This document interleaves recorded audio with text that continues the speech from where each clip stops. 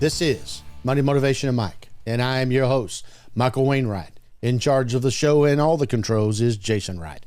And hello to you, world. This is the show that can and will change your life. You can contact us at info@mx3.vip and find all of our new content at mx3.vip. For that matter, all of our content. And on our YouTube channel, youtube.com/MX3 Podcast. And don't forget to like, subscribe, and hit the bell icon to get notified of all of our new content, which comes out every Monday morning around 9 o'clock. Jason, does the number 851 mean anything to you? Can't say it does. Well, as we start the second half of the year, we are 851 subscribers away from 175,000 subscribers, which would be our goal of 250,000 subscribers by the end of the year. We're just a tad behind, but we're catching up as we start the second half of the year at 174,149 YouTube subscribers. I have faith. Keep the faith is what John Bon Jovi said. Okay, here's your next question. Have you ever heard of Bobby Bonilla? Yeah, I have. I've heard of him, but baseball player. Okay. Bobby Bonilla. Yeah. He was known in the 1980s as basically being the sidekick to Barry Bonds. Okay. And we all know Barry Bonds. Bobby Bonilla was the second best player, in my opinion, on that team. And they were going to the playoffs every year. And then, of course, they went their separate ways. Barry went to the San Francisco Giants, and Bobby Bonilla ended up with the New York Mets. Okay. Now, why I build up to that is because July 1st of each year is considered Bobby Bonilla Day, an unofficial baseball holiday celebrated every year on July 1. Now, this is how all this come about. So, Bobby Bonilla, like I told you, he goes back into the 80s. And here we come up on 1999, and Bobby had a big contract of which the Mets wanted out. And there was a buyout clause in his contract. That buyout clause was $5.9 million. Now, that means they had to write Bobby Bonilla a check for $5.9 million to buy him out of his contract for $2,000. The rumor is, and I don't know this to be the fact, but nevertheless, they didn't want to cut loose the money. Whether they were short on cash, they had that cash committed somewhere else. I mean, $6 million is $6 million, no matter what year it is. But 1999, we're talking 25 years ago. So they were talking to Bonilla and his agent, and Bobby Bonilla said, I'll make you a deal. I will defer the $5.9 million. You'll pay me interest. And you don't even have to pay me until 2011. Okay? Okay. Wow. Yep. 15 years ago, 14 years ago, whatever you want to say. Mm-hmm. You don't even have to pay me until 2011. Okay? So the Mets and Bobby Bonilla agreed. They got $5.9 million in their pocket, and they don't even owe you anything for another 11 years. What can $5.9 million turn into? Yeah. They're just looking at it now as, we're going to make 5.9 plus, and we're going to basically pay him out for free because we're going to make money off that 5.9. Okay, so in 2000, the Mets bought out the remaining year of Bobby Bonilla contract, and instead of paying him, they agreed to defer the payment with interest. Now, here's the issue. They took that money, and they invested it with Bernie Madoff. Bernie Madoff with your money in 2008? Oh, man. Yeah. The Mets were confident that their investment with Bernie Madoff would generate substantial returns, as Bernie was saying it was doing for lots of other people, making the deferred payment plan advantageous. However, as we all know, Bernie had a Ponzi scheme going, and it ultimately collapsed in 2008 and into 2009, leaving the Mets with the obligation of making annual payments to Bobby Bonilla, starting up in 2 years there in 2008, 2009. Since this time, Every July since 2011, Bobby Bonilla receives $1.19 million from the Mets. And that continues until 2035. He'll be 72 years old. Bobby Bonilla Day. He is making out on that one. Making out like a bandit because they had to, and let's just call it $6 million, paying him interest every year. Yeah. And then the money goes away, but he's still, I mean, he's got $5.9 million that collects interest for 11 years. Yep. And he's going to end up with almost $40 million off of his 5.9 buyout. Heck of a deal. Yeah.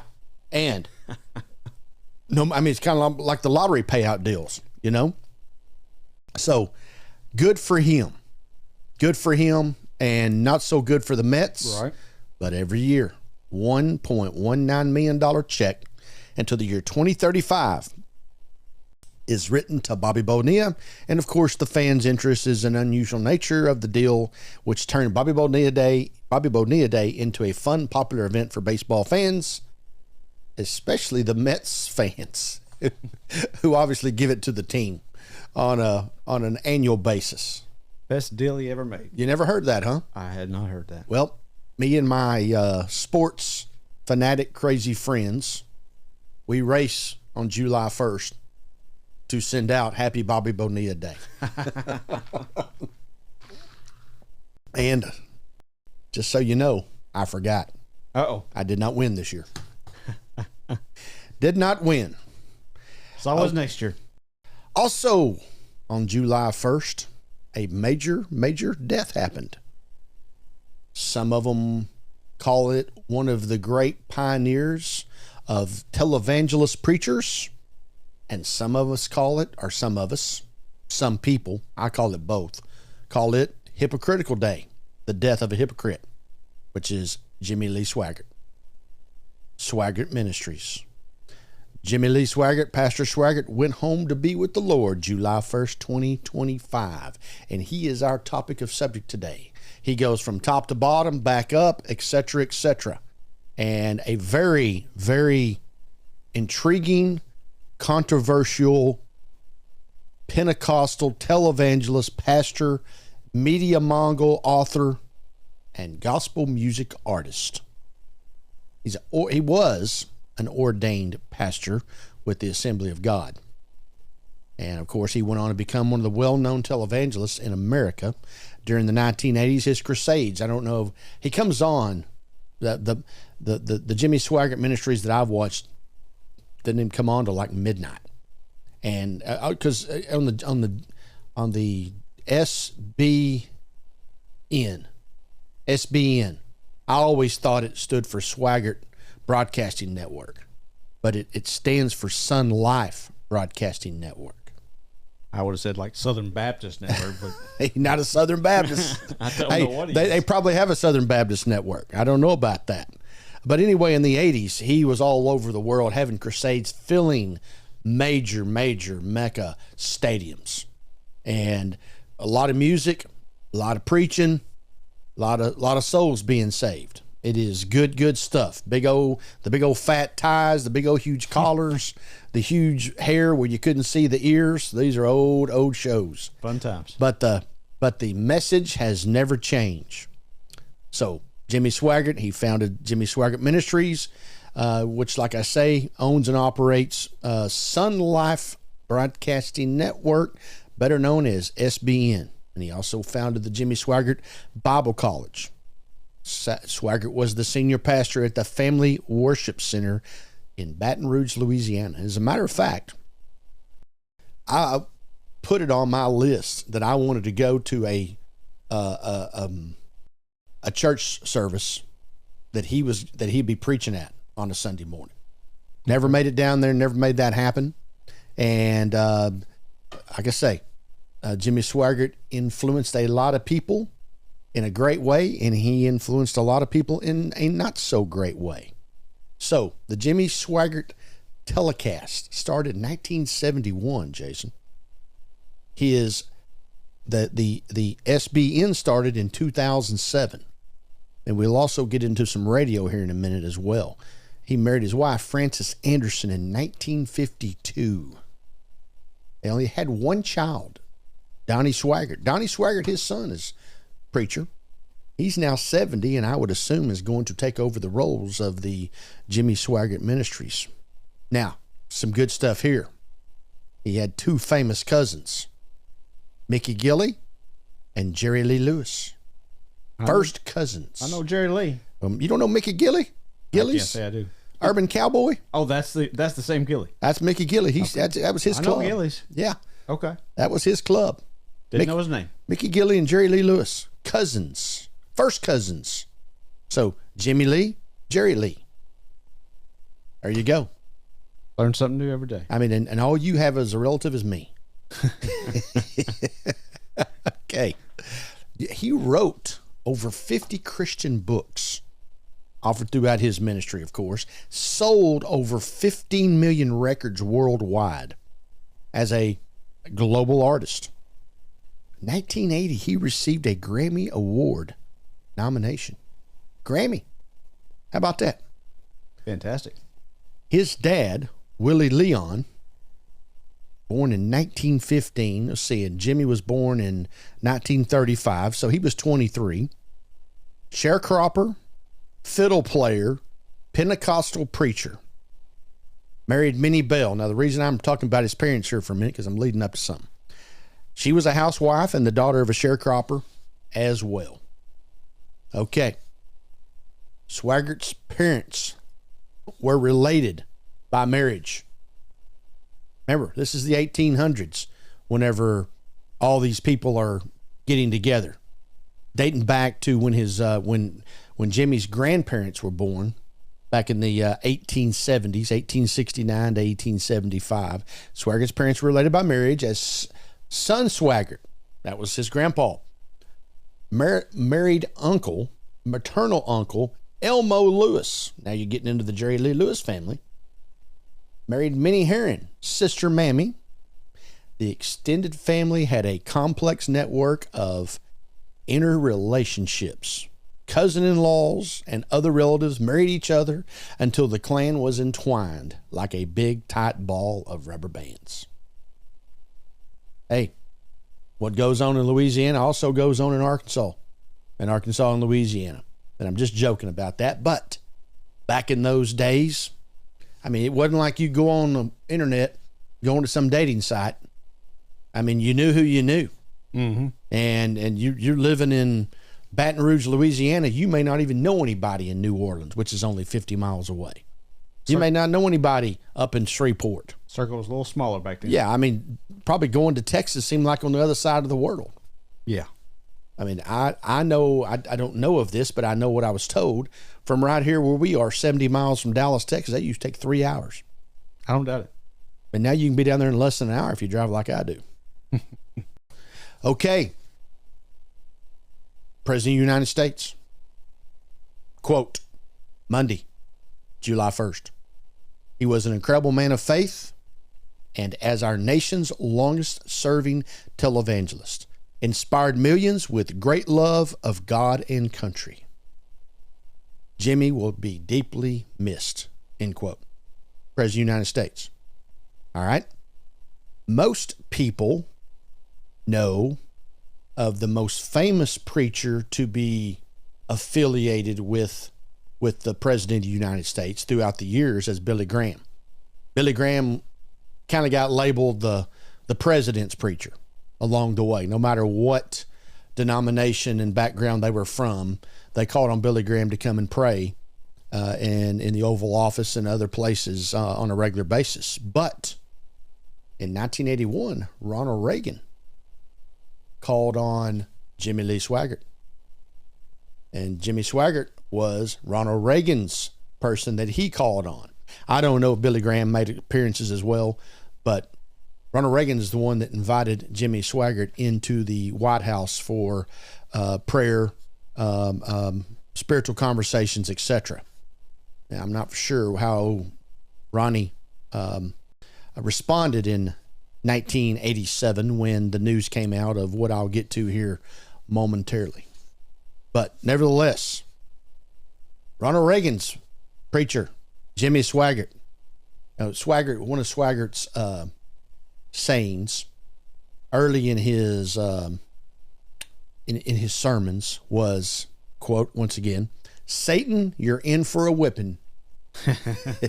I like it. End quote. That was one of his marquee sayings. Satan, you're in for a whipping.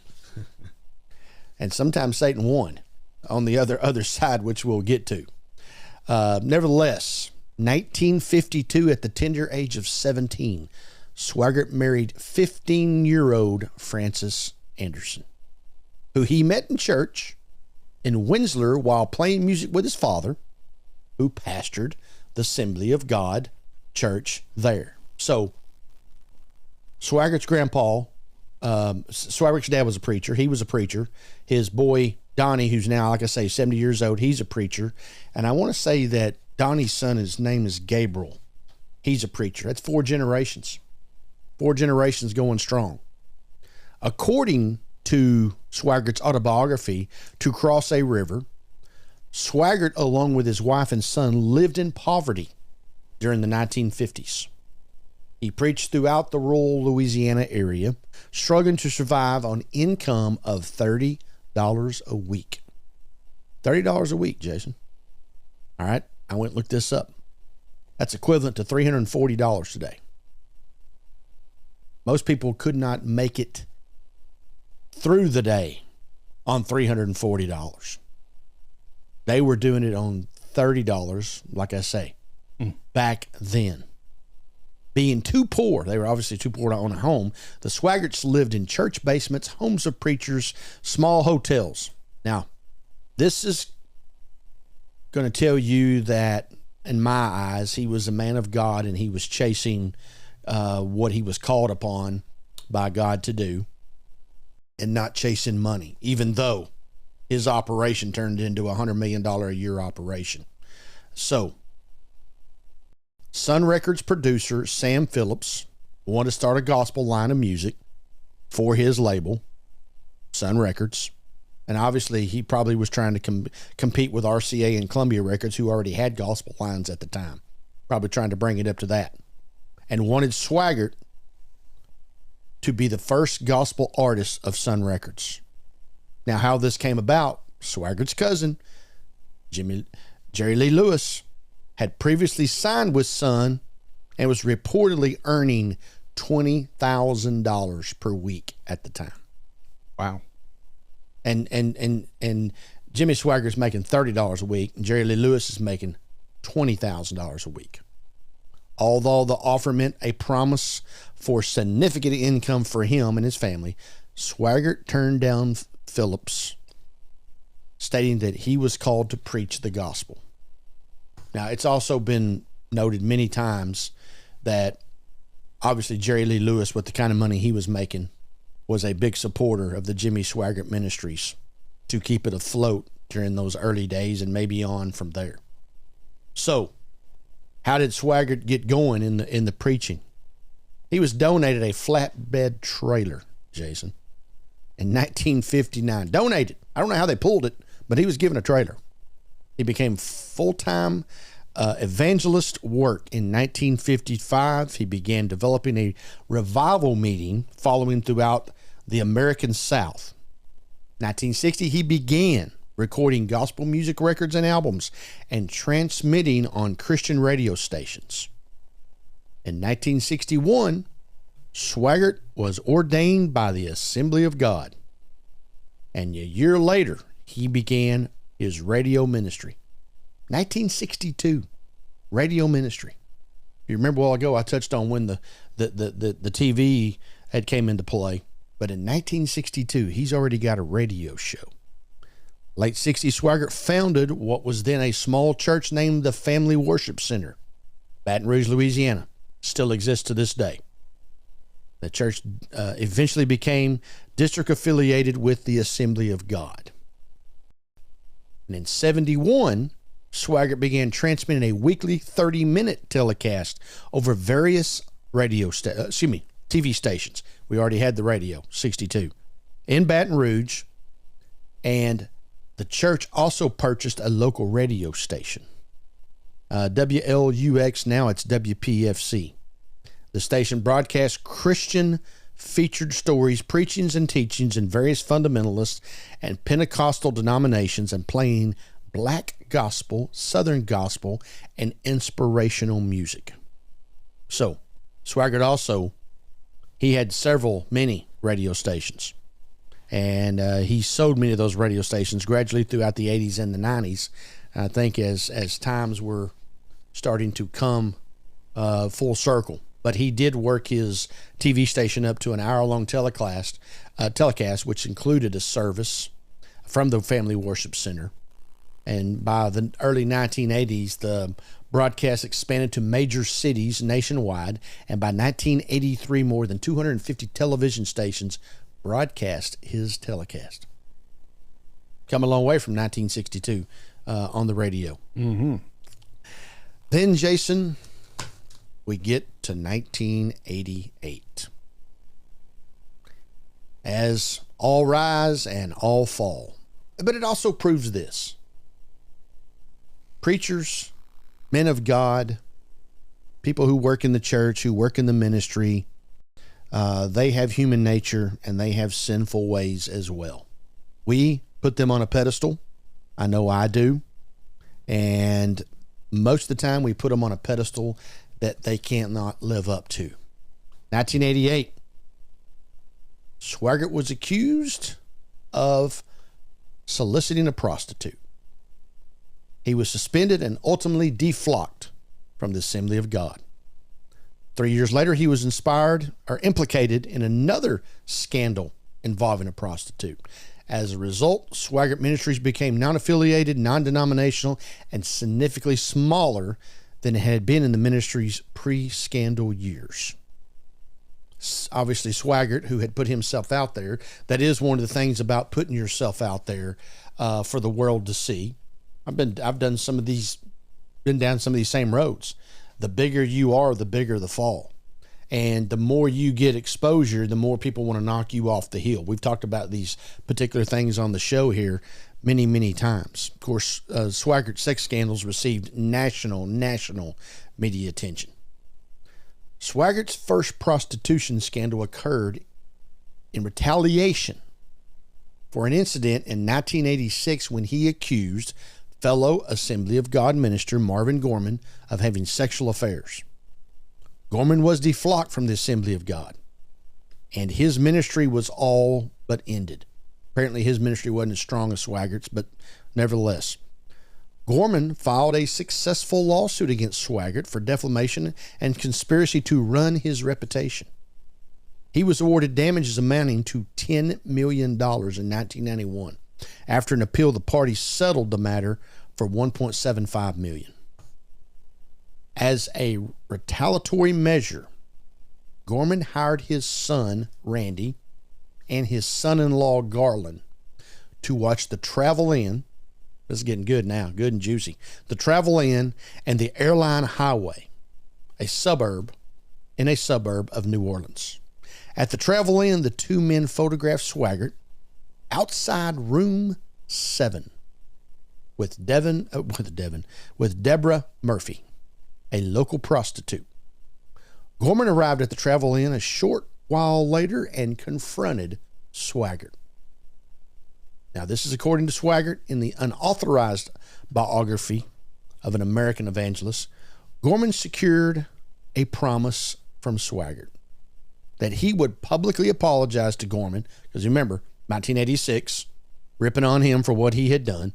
You need to publicly apologize to Gorman and begin the process of Gorman's reinstatement into the Assembly of God. Gorman offered to remain silent if Swaggart would publicly say that he lied about Gorman's affairs. Gorman waited almost a year, then hand-delivered a note to Swaggart informing him that his time was up. Swaggart did not respond. On July the 16th of 1988, Gorman contacted James Hamill, one of 13 men exclusive on the Assembly of God board, to expose Swaggart's affiliation with prostitutes. The leadership Assembly of God suspended Swaggart from his television program for 3 months. Now, I don't know how they could suspend you from your show that you built. Nevertheless, he stepped aside. But February 21st, 1988, without giving any details regarding transgressions, Swaggart delivered what is to be known as "I have sinned" speech on live television. It was, now I didn't see it live back then, and I've seen it many times since. The "I have sinned against God," apology to the wife, and it was an incredible, whatever it was, 5, 3, 4 minutes, don't know, but it was quite appealing and interesting. Some people called it good entertainment. Some people called it straight from the heart. Some people called it fake. You've now seen it, Jason. Mm-hmm. What do you think? When I was watching, he seemed like he was trying to cry, but I didn't see no tears. He couldn't get there? Yeah. So that left me thinking it was put on just a little bit. Well, here you go. Quote, "I have sinned against you, my Lord. I would ask for your precious blood. Blood would wash away and cleanse every stain until it is at the seas of God. Forgetfulness never be remembered again of me anymore." End quote. All right. Well, he did, as God always does. Okay. But with this, Swaggart had to become an independent and a non-denominational Pentecostal minister, establishing the Jimmy Swaggart Ministries, obviously based in the Family Worship Center in Baton Rouge, and the Sun Life Broadcasting Network, which we've talked about, which now is broadcast not only in the United States, but all kinds of other countries. But, Jason, now we come to 1991, October the 11th, 1991. Swaggart was found in the company of a prostitute for a second time. Oh. He Didn't learn his lesson. I don't know.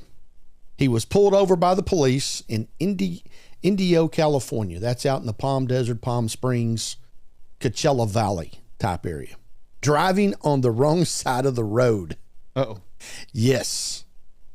With him in the vehicle was a woman named Rosemary Garcia. Swaggart had stopped to propose sex to her on the side of the road. She later told reporters, "He asked me for sex. I mean, that's why he stopped me. That's what I do." And this is all a quote. "That's what I do. I'm a prostitute."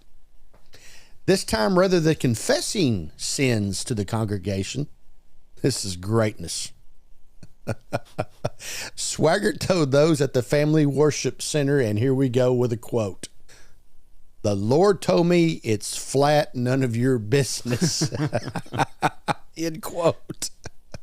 So you remember that moving forward, Jason. Direct from God. I know it's going to be at the top of my list on some of my lines moving forward. I mean, how are you going to respond to that? Right. "The Lord told me it's none of your business." What are you going to say? "I don't give a flip what the Lord told you. I want to know about it." "The Lord told me it's flat, none of your business."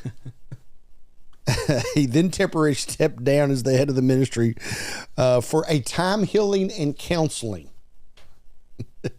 He was back at it very quick. Now back to radio. When Swaggart started the Sun Life Radio, a non-commercial, I want you to think about this, non-commercial FM band.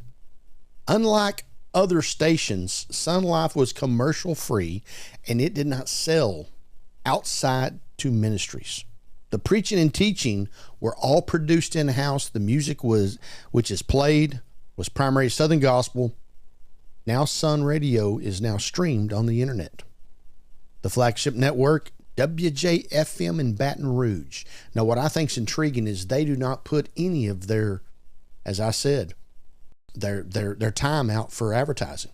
That's solely supported off the Swaggart Ministries. No commercials.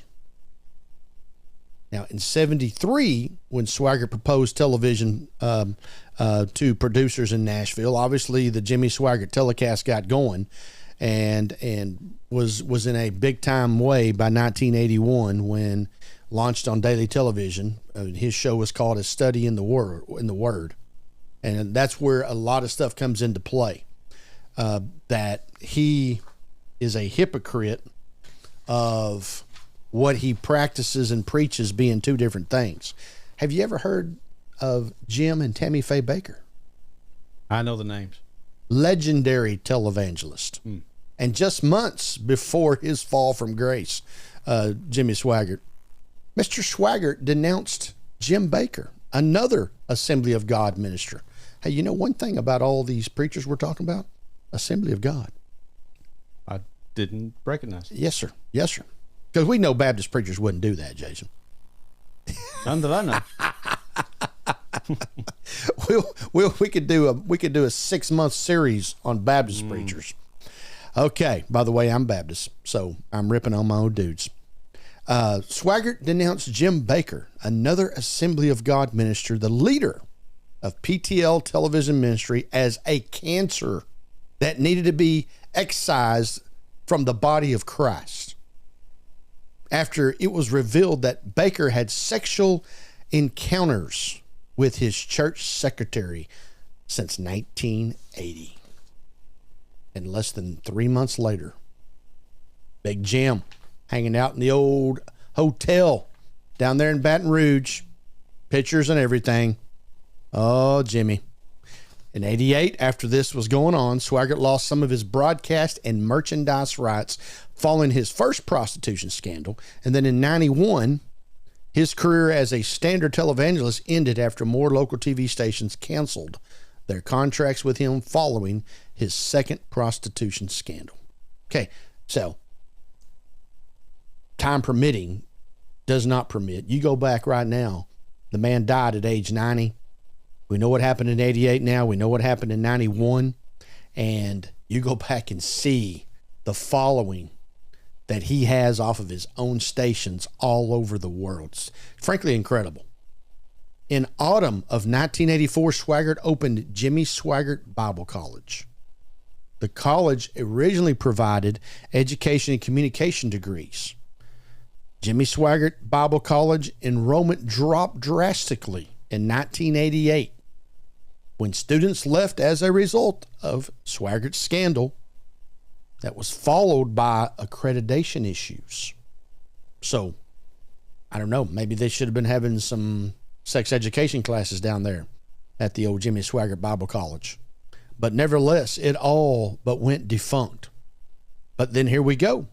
In 91, the Jimmy Swaggart Bible College was renamed World Evangelism Bible College, and enrollment dropped again in 1991. After all this, 3 decades, 7 years of the Bible College, they were down to 370 students. The college closed programs such as music, and music is one of the top things at Jimmy Swaggart's life. I mean, he could play the piano like nobody. He's good. But they closed programs such as music, physical education, secretarial science, and communications, and disband the basketball team. Now, how can we do that, Jason?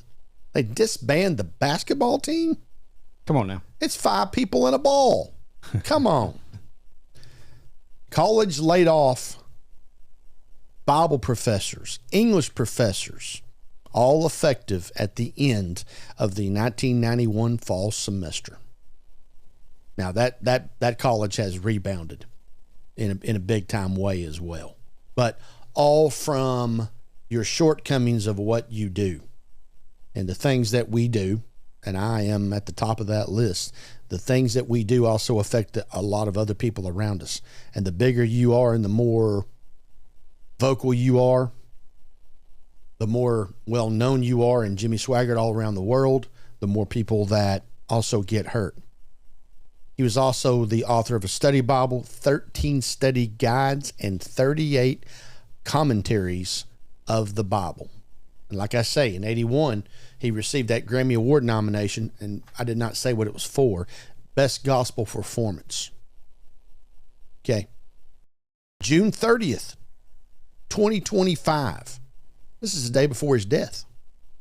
Swaggart was inducted as part of the Southern Gospel Hall of Fame class of 2025. Went in the day before in the Southern Gospel Hall of Fame. How about that? Wow. Donnie Swaggart, his son, Gabriel Swaggart, preachers, and of course, like I say, fourth generation. And I don't know what Gabriel Swaggart's children count is, or if he even has any children. But nevertheless, June 15, 2025, it was reported that Swaggart had been hospitalized in intensive care after going into cardiac arrest at his home. His son, Donnie Swaggart, stated of his father, quote, "Without a miracle, his time will be short," end quote. And he died in a hospital in Baton Rouge, Louisiana on July the 1st of 1990. July 1st of 2025 at the age of 90. And that is all we have today for the legendary Jimmy Swaggart. Got any comments down there on that end of the table? You look like you got something right on the end of your tongue. Interesting story. I didn't know. You was not aware of all this stuff, huh? No. Not in the TV evangelist scene, though, but I had heard of Billy Graham. Yeah. But I had not heard of Swaggart myself. I'm going to say Billy Graham was probably the biggest crusader of them all. Yeah. But, you know, just like with the Jim Bakkers and some of the others that we haven't mentioned on the show, their fall from grace and they went down and never got back up. There's a lot of things that you could say about Jimmy Swaggart, but number one, he was into perseverance and he was a survivor. He influenced a lot of people. He turned down. Now it's crazy for me to sit here and say he turned down big bucks to follow the light of the Lord and what Christ wanted him to do with his life. But as I also told you off the air, they were running between all of their enterprises down in Baton Rouge right around the $100 million mark per year in gross revenue. And I'm sure every bit of everything down there was considered a nonprofit. So nevertheless, very thought of, very not thought of. Can you be? Here's your question I'm going to leave you with. Can you be a hypocritical leader? Interesting. See, that's why whenever you call people out and you cast stones from the other side of the street, because as the mailman walked into the house and didn't come out for 10 minutes, something exciting had to happen, and it probably wasn't good. Judgmental from the other side of the street without knowing all the facts. Now, Jimmy Swaggart was obviously caught in some acts that I'm sure that he wished he had not been caught in. And who knows, maybe he even committed more that went to the wayside. But nevertheless, he got knocked down, and I believe through God's grace got him back up and continued down the line. And you know, another big question besides can you be a hypocritical leader? Everybody has their shortcomings, their skeletons in the closet, their downfalls. And a whole lot of those people sit in the church assembly every Sunday morning, Sunday night, Wednesday night.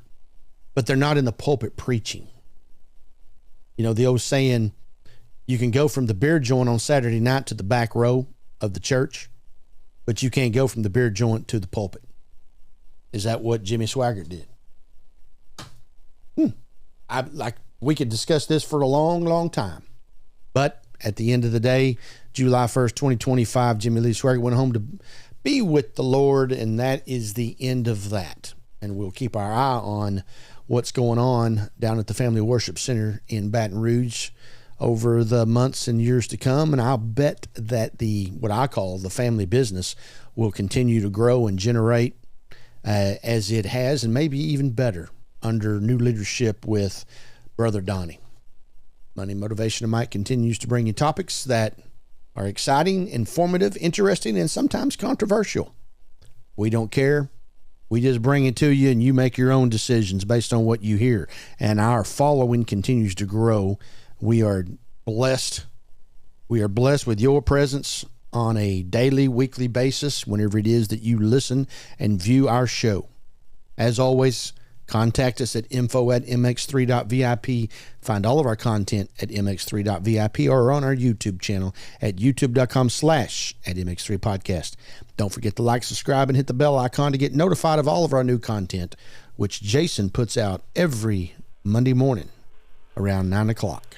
So for everyone who's been a part of this show, continue to live your life the right way.